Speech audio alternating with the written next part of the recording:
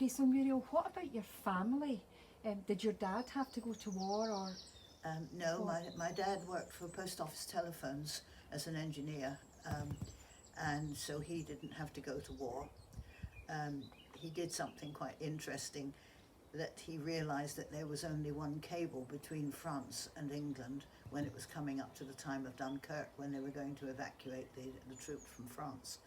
And he said that there ought to be a second cable with in a different direction. And he actually designed it and decided where it would go, and he was given an MBE medal for it. So that was quite exciting.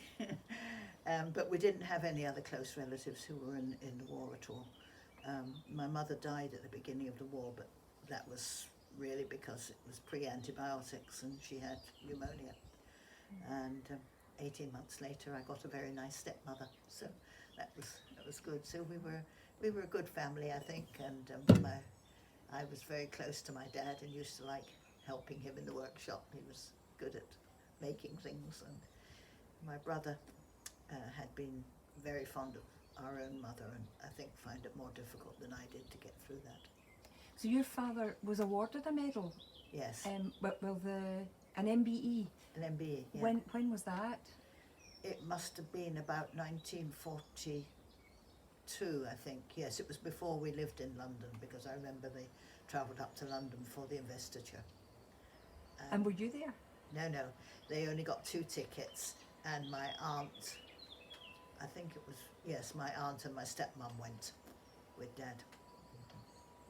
Yeah, and the letter telling him that he's going to get the medal was typed on a really old-fashioned typewriter. It looks so strange now compared with what we have. And if when we find it, we'll post a photograph of the medal and the letter for people to see. Yes. Okay, thank you, Muriel. So yesterday we were talking about VE Day today, and you said that you've got particular memories of VE Day. Yes, on the evening, I think it was a Monday evening, I don't know why, possibly it was, we were in the garden practicing for wait for it, the pageant of gallant girls. It sounds terribly old-fashioned now, but it was about people like Florence Nightingale and Joan of Arc and so on. And we were doing it for our junior church garden party, which was a few weeks later. So we practiced out in the garden where we were going to be doing it, and then we went inside to get a drink of lemonade, I think, and the 9 o'clock news came on, and that was when it was announced that the war between Germany and Britain had come to an end.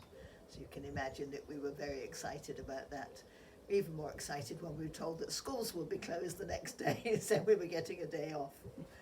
And my friend Pam was there, and I still see Pam. She's in a care home now, but we've been friends all our life, and we had a chat today about our memories of that day.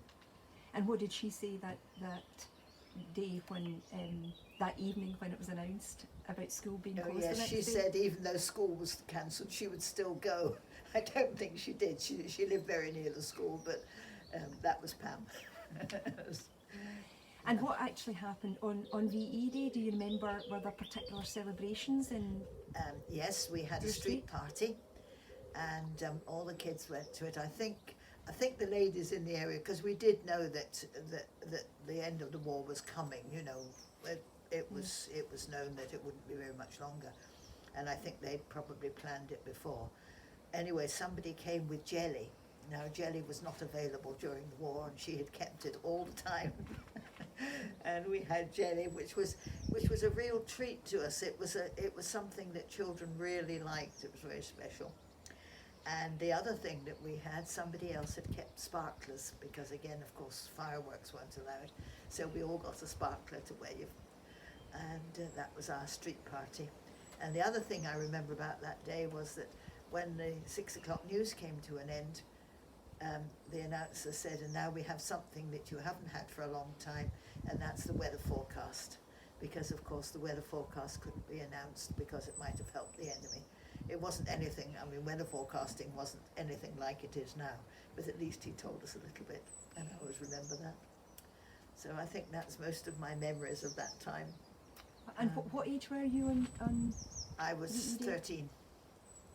13 then.